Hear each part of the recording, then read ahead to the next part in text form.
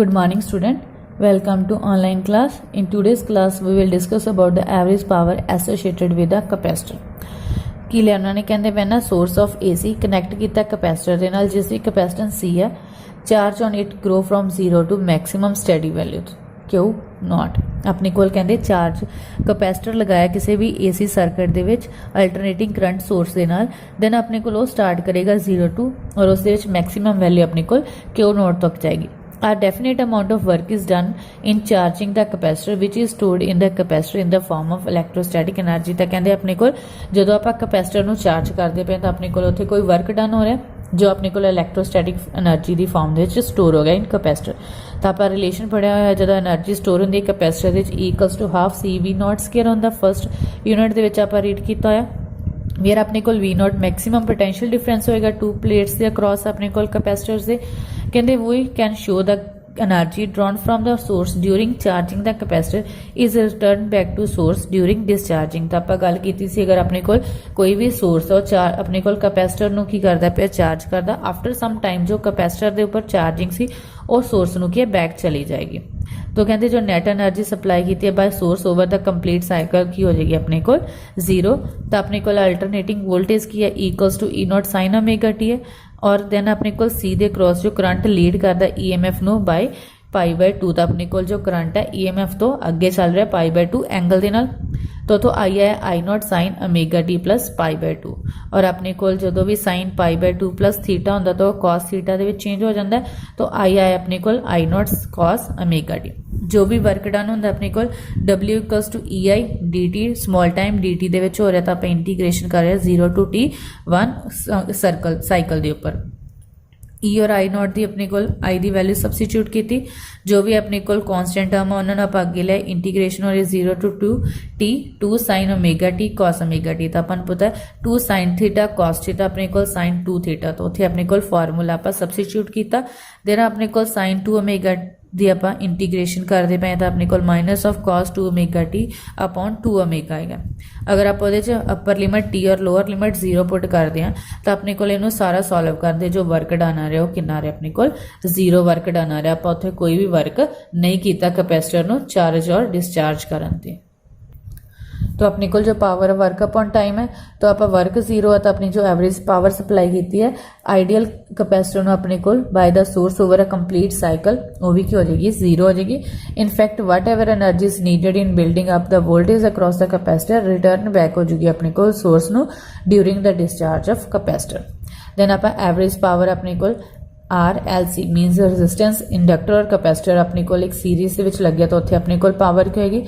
Alternating EMF पता E = E0 sin omega t है alternating current अपने को डिवेलप हो रहा लैग बिहाइंड द अप्लाई अपने को EMF by the phase phi तो इंडक्टर दे विच अपने को बैक चलता है करंट तो dW/dt अपने को EI है वैल्यू सबस्टिट्यूट की देन अपने को sin ओमेगा t -φ तो इतने अपने को sin A - B का फॉर्मूला यूज किया अपने को sin A cos B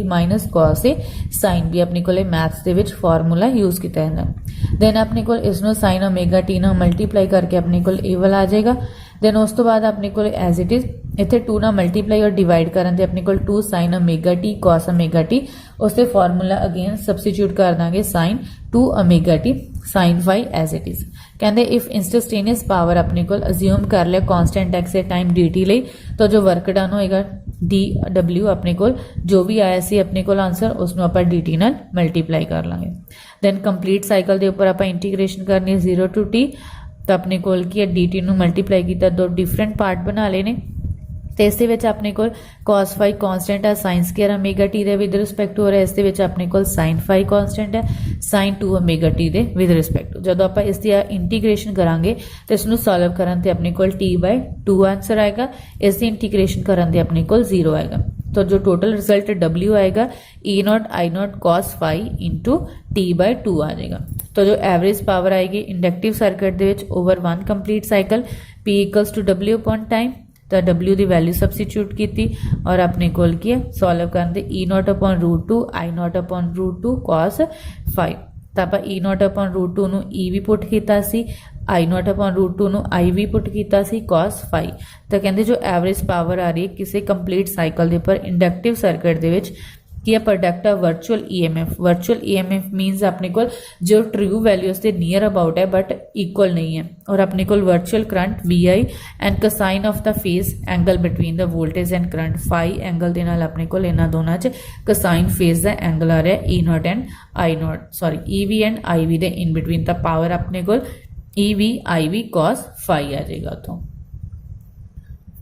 next आ रहा है power factor of an AC circuit. तो अपने को जो लास्ट इक्वेशन है P equals to E V I V cos Y, कहते पी अपने को ट्रू पावर है, जो ई वी है आई वी उन्होंने आप अपीरेंट पावर और वर्चुअल पावर इक्वल टू अपने को ट्रू वैल्यू बट ट्रू अपने को इक्वल नहीं, अपीरेंट पावर जो भी अपने को अपीयर हो रही है। कॉस फाई अपने को पावर फैक्टर है सर्किट का, तो पी फैक्टर की लिखे अपने को true power upon apparent. True power अपने को E V I V cos phi और अपने को अपीरेंट जो भी है वो अगे E V upon I V. तो E V upon I V cancel होकर अपने को कॉस फाई आएगा। अपने को पता इंपीडेंस अपने को इतने आ वैल्यू पुट करते इंपीडेंस ट्रैंगल दे, तो उतो अपने को R upon R square plus X L minus X C square root आ जाएगा। तो जो पावर फैक्टर कॉस फाई आएगा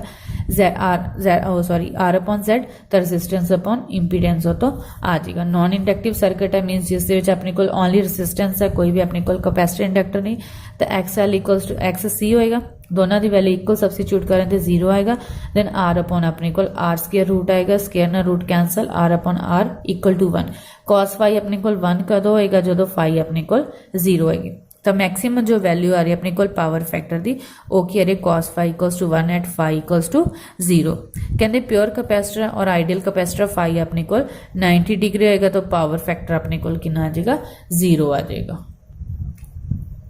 तो अपने को कहते जो एवरेज पावर कंज्यूम की है प्योर इंडक्टर और आइडियल कैपेसिटर ने P equals to E V I V cos 90 mean 0 है। तो अपने को जो करंट है किसी भी प्योर एल और अपने को प्योर सी इंडक्टर और कैपेसिटर के थ्रू जा रहा है, तो विच कंज्यूम करता अपने को उन्होंने कोई पावर कंज्यूम नहीं करती for its maintenance in the circuit. तो उन्होंने अपने आप को मेनटेन रखने लिए कोई भी पावर अपने को यूज नहीं करते पे, तो उन्होंने आप की बोलते हैं आइडियल करंट और अपने को वाटलेस करंट बोल देने हैं। बट एक्चुअल प्रैक्टिस कहते अपने को कोई भी आइडियल है जो इंडक्टर और कैपेसिटर नहीं होएगा, कोई भी अपने को कैपेसिटर इंडक्टर अपने को लग्या है सर्किट के इन बिटवीन तो पावर कंज्यूम करेगा।